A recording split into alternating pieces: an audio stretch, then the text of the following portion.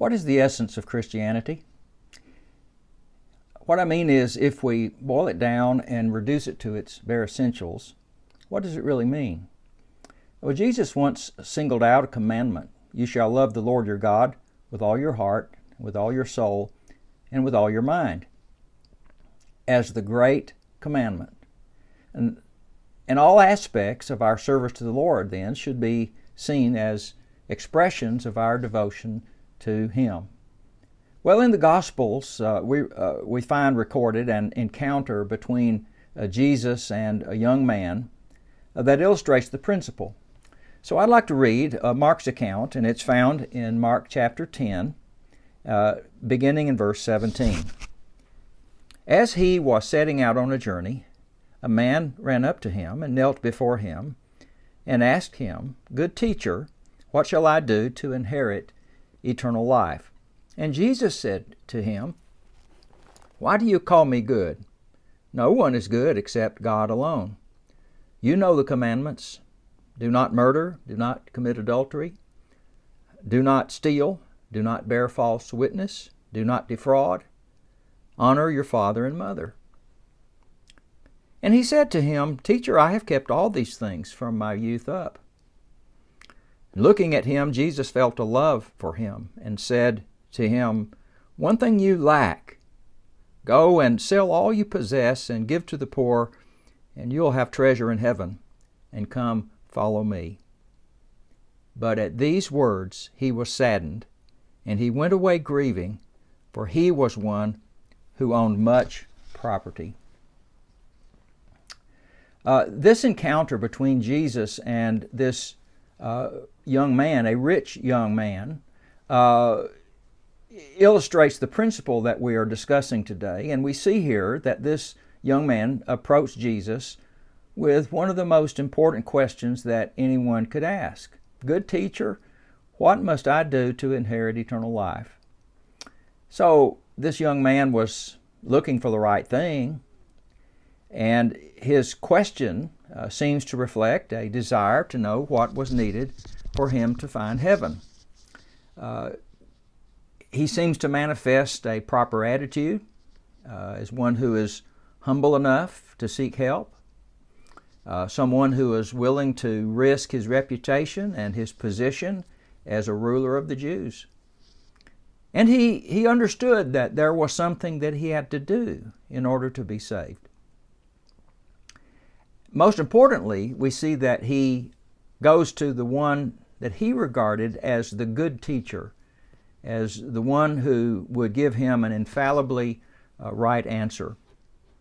Well, Jesus says to him, "Why do you call me good? No one is good except God alone." So you see, it was essential for this young man to acknowledge that if he truly believed Jesus to be the good teacher, then he must also believe Jesus to be God, for that is exactly who he claimed to be. He must be prepared, furthermore, to accept any answer the good teacher would give as having divine authority. When Jesus then responds that he should keep the commandments as he had learned them, the man said, "Well, teacher, all these things I have kept from my youth." There's no reason really for us to doubt the young man's sincerity or his moral character. From his youth, he had remembered his Creator, and he had sought to live righteously in his dealings with others.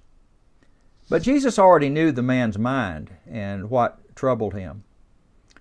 And in compassion and from a place of love, he says to the young man, "You lack one thing. Go and sell all that you have and give to the poor, and you'll have treasure in heaven, and come follow me." So it's only when we see the rich young man's reaction that we come to understand what Jesus already knew, that this man was too attached to his material possessions. The text says that he was disheartened by the saying, and he went away sorrowful, for he had great possessions.